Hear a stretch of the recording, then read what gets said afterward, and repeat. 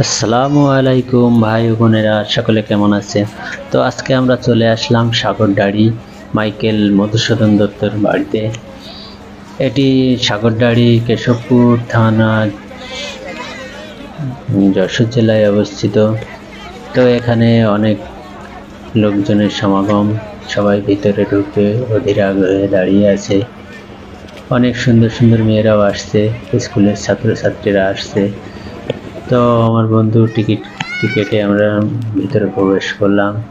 তো প্রথমে প্রবেশ করেই মাইকেল মধুসূদন দত্তের সাথে ছবি উঠাতে হবে। তো সাথে সাথে অনেক মেয়েরাও আসলো, কিউট কিউট মেয়েরা, তারাও ছবি উঠাবে বলে সবাই অপেক্ষা করছে। তো বেশি দেরি না করে আমরা সরে গেলাম। তো এখন আমরা মাইকেল মধুসূদন দত্তের বাড়ির ভিতরে ঢুকবো, দেখাবো আপনাদের কি কি আছে ভিতরে। তো সুন্দর সুন্দর ফুলের গাছ লাগানো, গেন্দা ফুলের গাছ। তো গেটে লেখা আছে মাইকেল মধুসূদন দত্তের পৈতৃক বাড়ি। তো আমরা এখন ভিতরে ঢুকবো। ভিতরে অনেক স্কুলের ছাত্রছাত্রীরা আছে, সুন্দর করে ফুল বাগান লাগানো আছে। তো সবাই ছবি তোলার জন্য ব্যস্ত, আমরা ভিডিও করার জন্য ব্যস্ত। তো অনেক মেয়েরাও আসছে, সুন্দর সুন্দর মেয়েরা। তো এখন আমরা মাইকেল মধুসূদন দত্তর যে বাড়ি, সে ভিতরে ঢুকবো। এটি একটি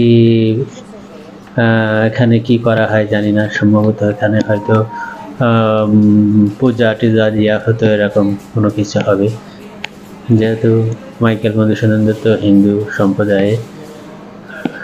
তো কোনায় এখানে দেখলাম আবার অনেকে প্রস্রাবও করে রাখছে, কি একটা অবস্থা। এগুলো আসলে করা ঠিক না। ছাত্রছাত্রীরা আসছে পিকনিকে, চেপাই চাপাই গিয়ে এগুলো করা ঠিক না। তো এখন আমরা যাব মাইকেল মধুসূদন দত্তর যে জাদুঘর, সে ভিতরে ঢুকবো, দেখবো কি কি আছে, আপনাদেরও দেখবো, সকলের সাথে থাকুন। তো প্রথমে দেখলাম একটি মেয়ে। তো এখানে একটি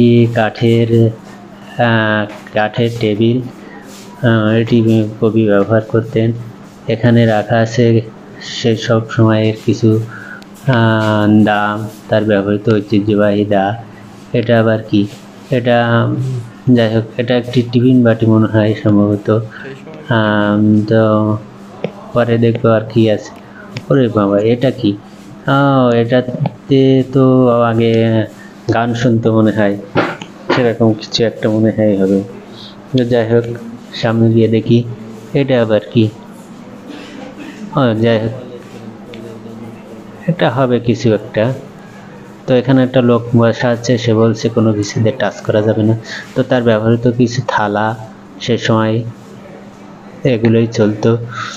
এখন তো অনেক আধুনিক, এখন এগুলো আর চলে না, এখন সব অন টাইম থালা বাসন চলে। তো এখন আমরা পরের রুমে গেলাম। এখানে একটি খাট, তার ব্যবহৃত একটি খাট, কাঠের খাট। ও দয়া করে স্পর্শ করবেন না, সবগুলাই লেখা আছে। এটা একটি টেবিল, এটা একটি বাক্স, এটা একটি আলনা। পরের রুমে গেলাম, এখানে অনেক মেয়েরা ছবি তোলার জন্য ব্যস্ত, ভাইরাও আছে সাথে। তো সেই সময় কিছু স্মৃতি বিজড়িত সার্টিফিকেট ধরনের কিছু হবে, এখানে অনেক কিছু লেখা আছে, সুন্দর সুন্দর কবিতা। তো আমাদের জাদুঘর দেখা শেষ, এখন আমরা বাইরে বেরিয়ে গেলাম। তো বাইরে অনেক ছেলেমেয়েরা আছে, সবাই ছবি তোলার জন্য ব্যস্ত, সাথে কচি কচি। তো এই ছিল আজকের ভিডিও। তো ভিডিওটি কেমন লাগলো অবশ্যই কমেন্ট করে জানাবেন, আর ভিডিওটি ভালো লেগে থাকলে অবশ্যই চ্যানেলটি সাবস্ক্রাইব করে আমাদের পাশে থাকবেন। তো সকলকে অনেক ধন্যবাদ সম্পূর্ণ ভিডিওটি দেখার জন্য। আল্লাহ হাফেজ।